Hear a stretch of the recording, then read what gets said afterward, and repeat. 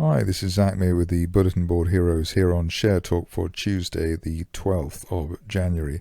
Starting off with Asimilar, where it's gathering momentum off the lows, which were there for quite some time, September through the middle of December. A bit of a consolidation around the 30 pence area, but breaking through the initial January resistance at 33 pence has pushed the shares along. Initial target here, a September resistance line at 45.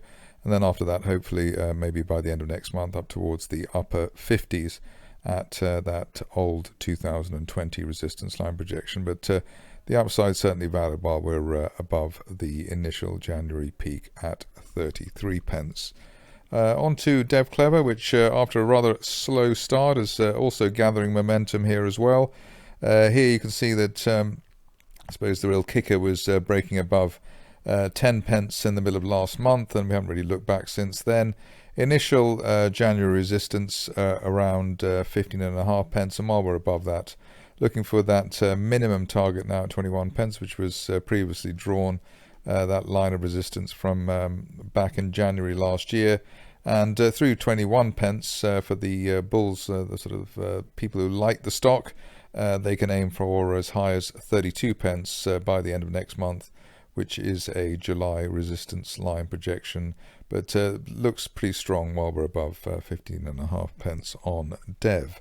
Echo is next, and here we've had a bit of a slow start as well. Situation here was that we had that spike in the middle of last month towards the mid-point sixes, came back to the, I suppose, around the mid-point fives, but today's price action looks pretty comprehensive in terms, or in favor of the bulls, breaking the initial January resistance at 0.63, and while we're above that on an end-of-day close basis, looking towards the top of a July rising trend channel from last year, heading currently towards 1.1 pence. Hopefully that can be hit by the end of next month, and that's valid while we hold above the 20-day moving average area, and the 200-day moving average area as well, around the 0.54 level. So above 0.54, up towards 1.1 for Echo on a technical basis. Oil's back in focus and back in favor, I suppose. You can tell that by the way that Enquest is back on our radar. Here we broke a line of resistance there from November, and the 200-day moving average around 12.5 pence, and while we're above that on an end-of-day close basis, looking towards the top of a rising trend channel drawn from June last year, currently promising as high as 24 pence, hopefully by some time in March, and maybe a bit sooner than that. But after the consolidation that we've had since November, looks as though the shares are starting to gather some forward trajectory, let's say. Haydale Graphene, the next contender in this sweep today, and a nice trend line break there from September. That line around the 4.75 pence level, and while we're above that, looking towards the top of the rising trend channel from August up to 9 pence, hopefully as soon as the end of next month, and obviously that retests August resistance from last year as well. So things look like they're adding up quite nicely. At this stage, really only back well below the 50-day line at 3.9 pence, really cancelling the upside scenario. Another stock which has started to gather speed is Imedia, even more noticeable given the way that last week there was a placing at 25 pence, and we haven't seen the shares below that level, already quite a way above that, 36 pence at the moment, and I suppose we're looking really for a weekly close above December resistance at 35 pence. If we can get that, then the next target here, hopefully as soon as the end of next month, would be up towards 50 to 52 pence, which is the top of a rising trend channel from March last year. So looking pretty strong on Imedia, only really back below 30 pence now, delaying the upside scenario. No such quibbles with the next stock, which has had a flyer since it came to market at £1. Now we're 80% up on that, and looking as though we can do a bit more as well. Broadening triangle here on the Kistos daily chart. That last peak there, the end of last month, at £1.70, and while we're above that on an end of day close basis, hopefully heading towards as high as £2.50. And that could be seen, the current rate of progress, by the end of next month. So looking very strong indeed. Interesting that even today we had a test of the old £1.70 resistance as new support, the low so far, £1.68. Only really back below the uptrend line from November, £1.60, really questioning the breakout and the buy argument at Kistos.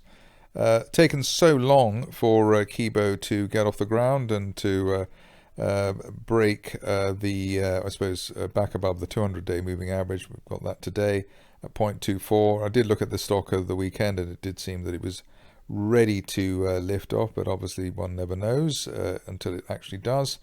Current position is that end of day close above the 200-day line at 0.24 should at least get us back towards 0.4 pence by the end of this month, and hopefully as high as 0.7 pence by the end of next month. That said, really on the basis that the log jam of the seller or the sellers is hopefully finally over, and we break that much faster to the upside.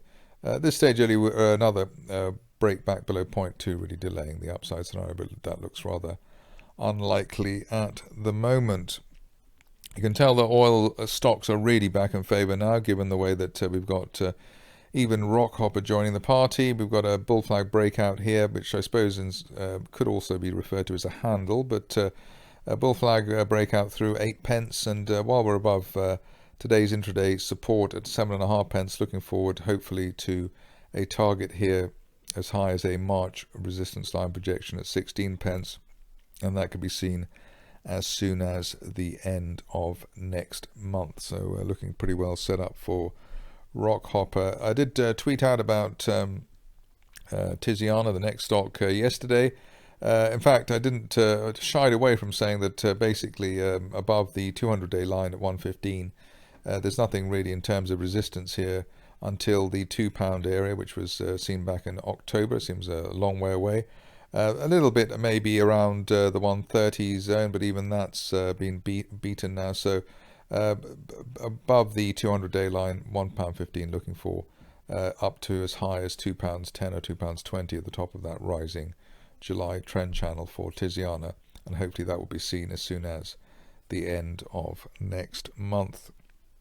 Just 3 stocks to go now in this extended session. First one is Tower Resources, where we've broken recent resistance above 0.4, looking for at least a retest of October resistance through 0.6. Big picture target maybe over the next couple of months, 1 pence at the top of a rising 1-year trend channel. Stop loss back below the 50-day line at 0.37.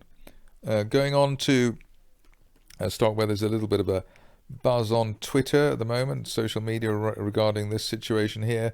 Breakout for Valeura Energy, breaking through December resistance at 33 pence, and while we're above that, looking towards the top of a May rising trend channel at 45. In fact, hopefully one will see more than that. That looks like the minimum on the upside of the stage. Looks like we could be in a steeper trend channel heading towards 65 or even 70 pence on a 3-month view, but let's get to 45 while we hold above the 30 to 33 pence area on Valeura.